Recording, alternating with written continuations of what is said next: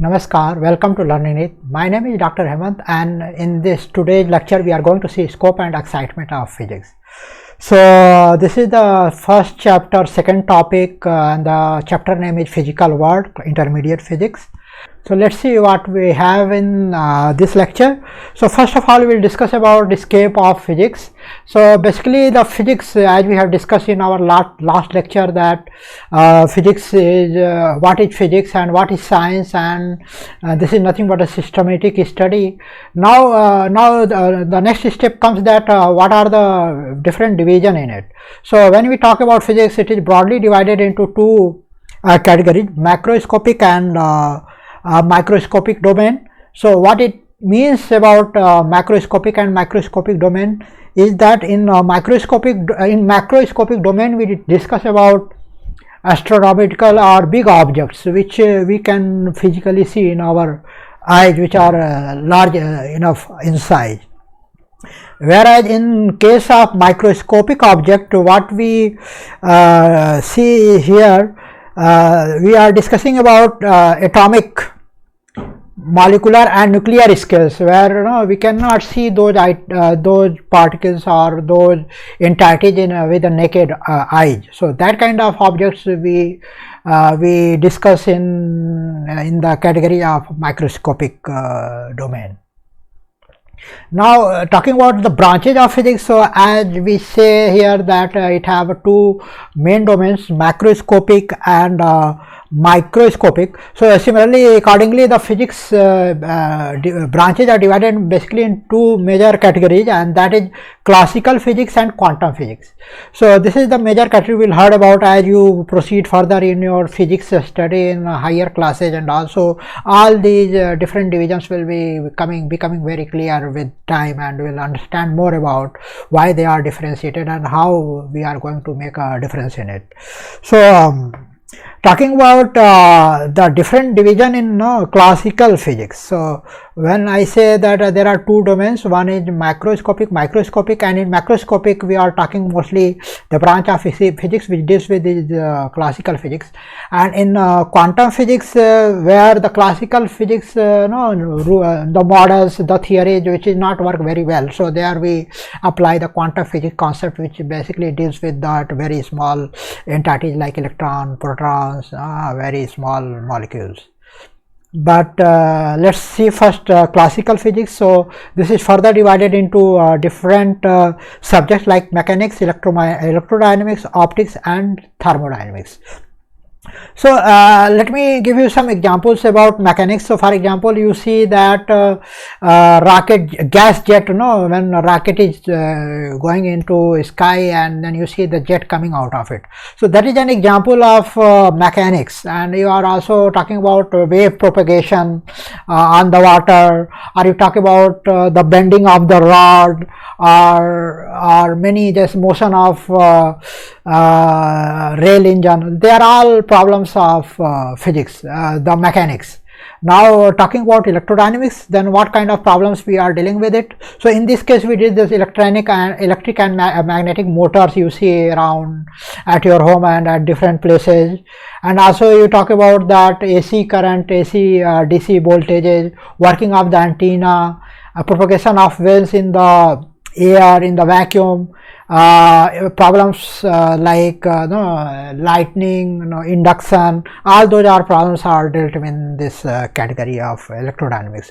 So we will see more into it once we are discussing about those terms, and then you will clearly differentiate between that what is mechanics, what is electrodynamics, and then what is optics. In optics, basically what we deal with is the phenomena of light, like working of the telescope, microscope. If you see, they are all the problems of optics which we deal with.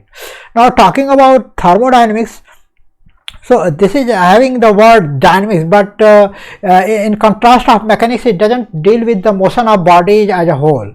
Rather, it is a system. It deals with the system of macroscopic equilibrium and concerned with changes in the internal energy, momentum, entropy, etc. through external work or transfer of heat. So these are the terms, entropy, internal energy, and equilibrium, thermal equilibrium. These are all the terms which you will hear once you are discussing about thermodynamics problems and related topics. So similarly, as we see in classical physics, we have the branches or subjects in quantum physics as well. This is have a mechanics, but there we call it quantum mechanics. The quantum word we add because here the physics is not exactly the all the theories and prediction. As we have discussed in the first chapter, there is a limit for every theory and concept, and we add modifications. So when we are talking about macroscopic scale, there are certain theories or concepts which work very well for classical physics related objects, which is physically we can see are large enough, but they are not very well able to explain lots of phenomena at the macroscopic scale, and there we have certain modification and addition of the assumption in those theories, and then they are very well explained with the existing physics with that advanced level of addition and hypothesis assumed in those cases. So in that case we add the quantum here, and then similarly but of course the whole basic remains the same, but you are going to add different conditions, and then you analyze and make different models, and then you study about it. So again you may feel it is very complicated, but as you proceed further in the subject you will understand more and more what we are discussing here today. But here the whole objective here to tell you that what are the different branches of physics and how they are different with each other, and when time comes and we will learn more, and then you will again remember this, that how we are discussing about different branches in this case. So similarly we have quantum mechanics, quantum electrodynamics, quantum optics, quantum thermodynamics, and of course at microscopic scale atomic physics and molecular physics. So these are the some topics or subjects you talk about in physics. Once you proceed further they become more and more specific and more when you go more deep into it, you will learn that okay, these are the different domains and how physics can be a slightly different from one type of subject to the other one. So but of course first of all you have to understand the first basic physics, and then you go to the advanced level and more deeper into it to understand and explain more and more complicated phenomena.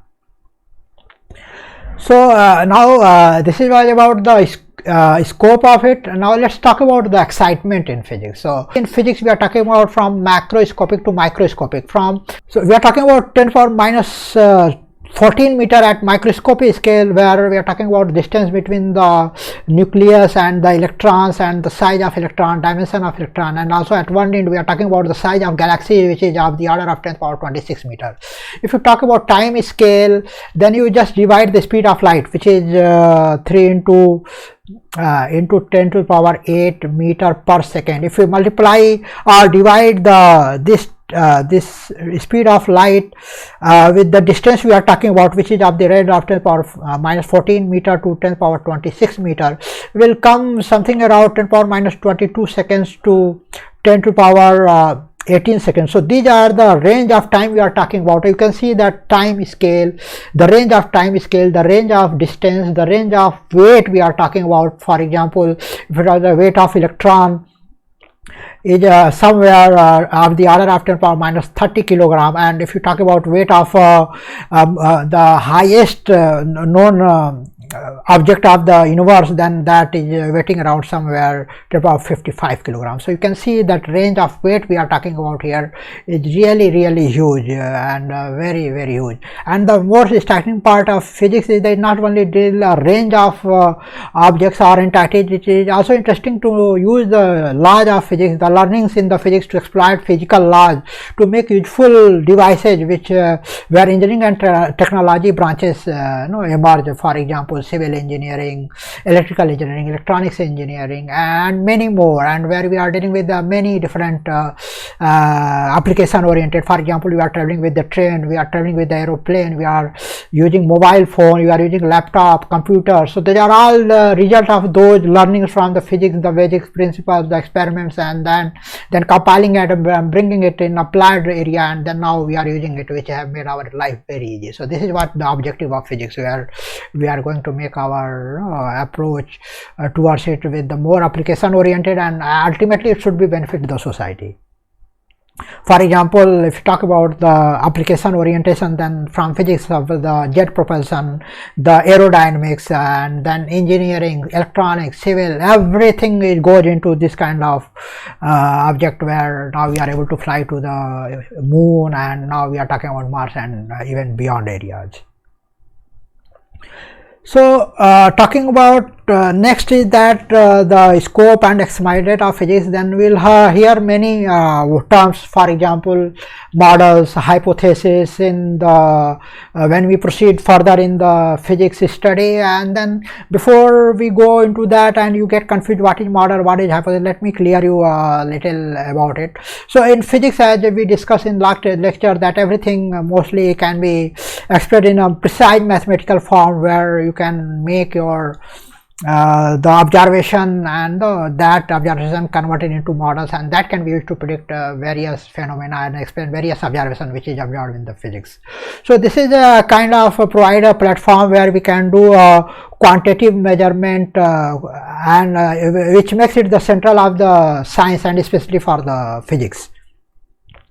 So but a very important thing that we cannot take into account all the complexity of a phenomena. So for example, we talk about a simple ball, the baseball you talk about. So once you throw this baseball, so you will have let's say you are throwing in this direction, and then you can have in air, so there will be air resistance, then there will be working of the gravity, and then its own spin, it will rotate, right? So see the complications. Now if you want to explain this throwing of the baseball, then you have to deal with the spin of it and then air resistance and then gravity, and if you are trying to solve it in a very simpler way, it is not very possible, it becomes very complex.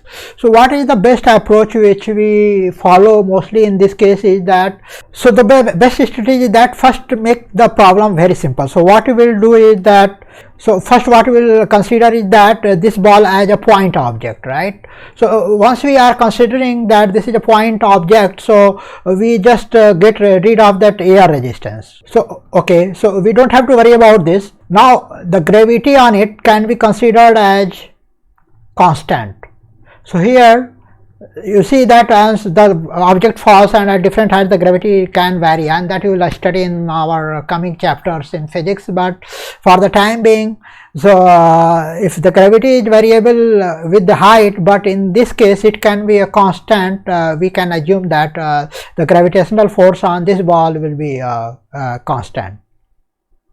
And also you don't have to worry about the spin once it is object. So what you can do is that you solve this problem. First you make some assumptions, right, and then based on that assumptions you make a model, and then once you make the model, then you add the complexity. Now you add a spin in the model, and then you figure out and modify the equation, then you add the terms air resistance, and then you further modify. So this is how you move from a simpler approach to complicated one, and how you can use the basic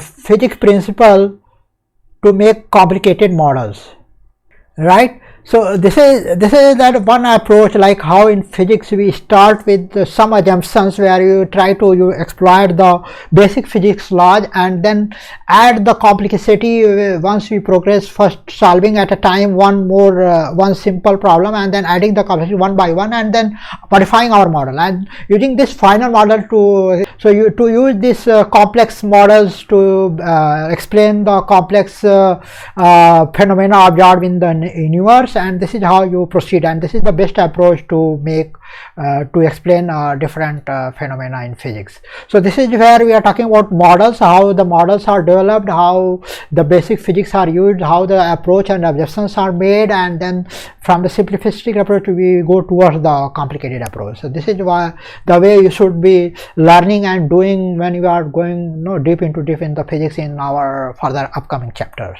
So now coming to the term, now we have seen the models. So model is nothing but that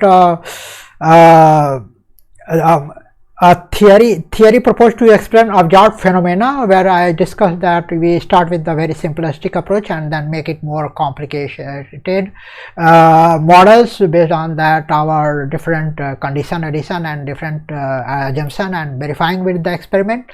But when we talk about hypothesis, so it is a, or you can say axiom, so it is a self-evident truth, means it cannot be it is assumed that it is the condition, then we are making our models. So for example, you talk about that two objects, right? So if you talk about there are two objects, and then the assumption is that always the two objects attract each other, and then the force between them is proportional to their, let's say they have two masses m1 and m2, and we assume that their force is proportional to m1 m2 and then inversely proportional to square of the distance. Then with this assumption we can explain many phenomena, many observation and must show. For example, falling of the object in the earth, or moving around of the sun, moon or earth around the sun or around the earth. So all these can be explained with just these assumptions. So this can be a hypothesis which you cannot prove it. So, and it is not fair to ask someone to prove the gravitation, because it cannot be proved. It can be verified with the experiment, but you cannot prove that okay, this is the universal law of physics where it is proportional to, force is proportional to the two masses and inversely proportional. It is assumed, it is a hypothesis. We assume that if this is true, then we can explain the phenomena, and based on then the whole complex equations and the models are built, and we can have a different assumption at this stage, but the whole physics will change. So now once this has been assumed and based on that the whole building has been prepared, then we have to follow these assumptions and we have to consider it true, and then we are able to explain. So this is how we are going to learn the nature, so trying to make our models to explain the phenomena of the nature and represent it in the mathematical forms. So for example, if you talk about Einstein theory of relativity, we will hear it or we will learn it in the latter part of your physics chapter. So here there are two assumptions. One is that the speed of light is constant. The second assumption is the physics laws are valid in all frame of reference. So you assume that the speed of light is constant, and then physics laws are valid in all frame of reference. Then you can and if you don't consider these postulates, you cannot have a special theory of relativity valid. And if you ask someone that you prove that the speed of light is constant and physical laws are valid in all frames of reference, you cannot prove it. It is just a hypothesis, axiom and a postulate which cannot be. We have assumed that this is true, and then based on that we are able to explain lots of phenomena, and this is how we are going to decode the nature's physics in our language in mathematical forms. The very simplest example you can take is so for example, you consider the two straight lines and they never meets. So this is a hypothesis. You cannot prove that the two parallel lines cannot meet ever. It is just the hypothesis. If you assume it, then we can explain lots of geometry problems, lots of two-dimensional, three-dimensional figure problems made out of it. But it's not like that you cannot have a different hypothesis. You can have a different hypothesis related to geometry, and then you can come up with the completely different new geometry, and you can have a different explanation to prove it. And it indeed had happened in the past, but what we have built, and we have built our theories on those hypotheses, you cannot prove it, but now we assume that is true, and then based on that we are able to explain many other things. So this is how the difference between the models, where models are used derived from the more simplest basic principles to adding more complexity and making it more robust for explaining the complex phenomena of nature, of physics. And in case of models, hypothesis, this is a self-evident truth. We cannot explain it, but you have to assume to explain certain things, and then you are able to explain those in the real world. That's it for this lecture. I hope you have understood the scope, the excitement, the different branches, how they are divided, and what are the basic domain, microscopic, macroscopic, and the importance of hypothesis, axioms, and the models, and the approach to solve the complicated physics problems. So this will end this lecture here, and we'll meet you in the next lecture. The title of that next topic would be Physics and Technology and Society. So thank you very much.